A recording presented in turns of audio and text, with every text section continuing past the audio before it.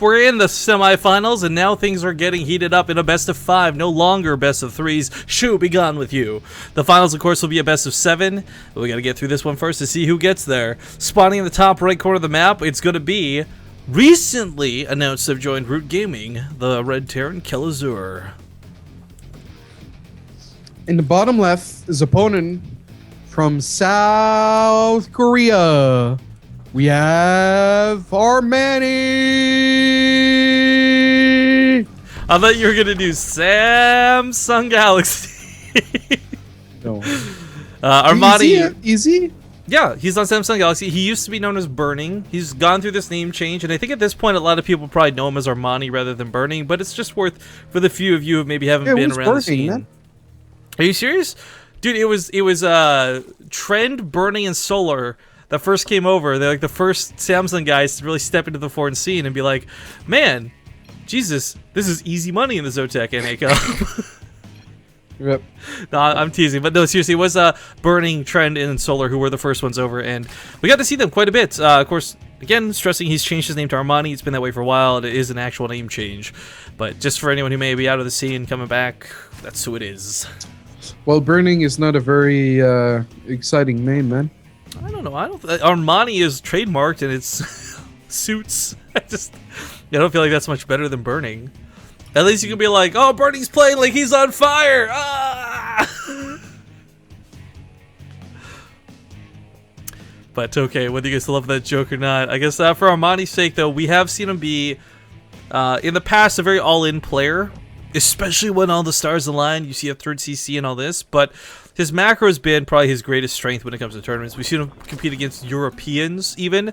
And when I say European, it's not like, oh my god, they're so much better, but more to the point where he goes to the European server, and his macro is held strong even with lag. So we'll see how he does here versus Kelazhur on North America, where it is kind of the middle ground for these two to fight. TVZ, very exciting matchup. Lots of action. Could you say that more blandly? Like, TVZ is really exciting, guys. If you don't believe me, just listen to my voice.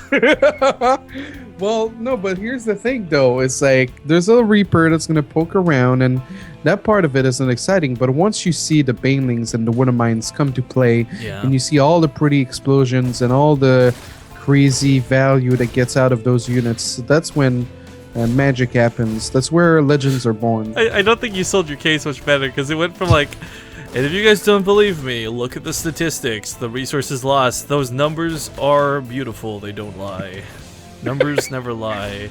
It's alright, it's not everyone that has the same appreciation for spreadsheets as I do, but nobody can number crunch like a Zergling turning into a Baneling, you know what I'm saying? That value. Waka waka. Like, why have one larva when you can have 2 Zerglings or 2 Banelings? I know, you get 2 for the cost of 1. It's 1 egg, it's 1 larva, it's 1 unit turning into 2. Value, value, value. Exactly. No, but I agree. Once you sort of have things start flying, it gets pretty neat. But opening with a Roach Warren, I don't know if Armani's going to be doing this for cheese, or if he's anticipating like an early Hellbat push, or what his plans are with this, but typically speaking, this early Roach Warren tends to lead towards a bit of an all-in, depending on how things go. 8 roaches across the map. They usually actually, maybe this won't be the all-in, because normally this starts moving out around now. This is when Terran players need that 6-minute wall that's so common. And looks like Armani is going to make about 6 to 8. I don't know if he'll go as high as 10. But when you walk across the map like this, if Kelazhur is playing greedy and he doesn't have a wall down with a bunker, it's really hard to hold this. Yes, and the Banshee is certainly going to help. You know, Banshee is in the air, and roaches and lings do not shoot up, so there's a chance she might be across the map, though. And that Banshee is going to need to be at home. Those lings were really good baits. The Hellions lost the watchtower and totally distracted. No idea this is coming. That's a lot of roaches moving, Desro. And there's a lot of lings to follow this up too. Oh man, if he opens that door. Alternatively, though, he's got to be careful with these Hellions. There's nothing in the wall, though. There's nothing in the wall. The barracks is not lifted at all. Gets one of the Hellions to start. Not bad. Should he build something at the top of the main ramp? I would say yes, but it might be too late.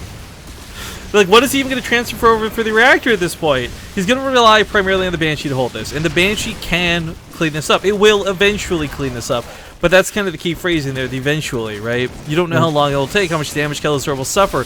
He's not on a fast third CC, it's on the way, so there's no triple mules to carry him out of this mess. Ling's getting out of control in the main. Banshee's doing a great job of poking away at the roaches, but oh, he lifts the depots all for naught. Why did he transfer over? What was he planning to put there? We'll never know! Yeah, the Roaches really did their job. They wanted to zone out the Hellions, and they did just that. And Armani takes game 1 versus Kelazhur. This is her first semifinals, and so Kelazhur's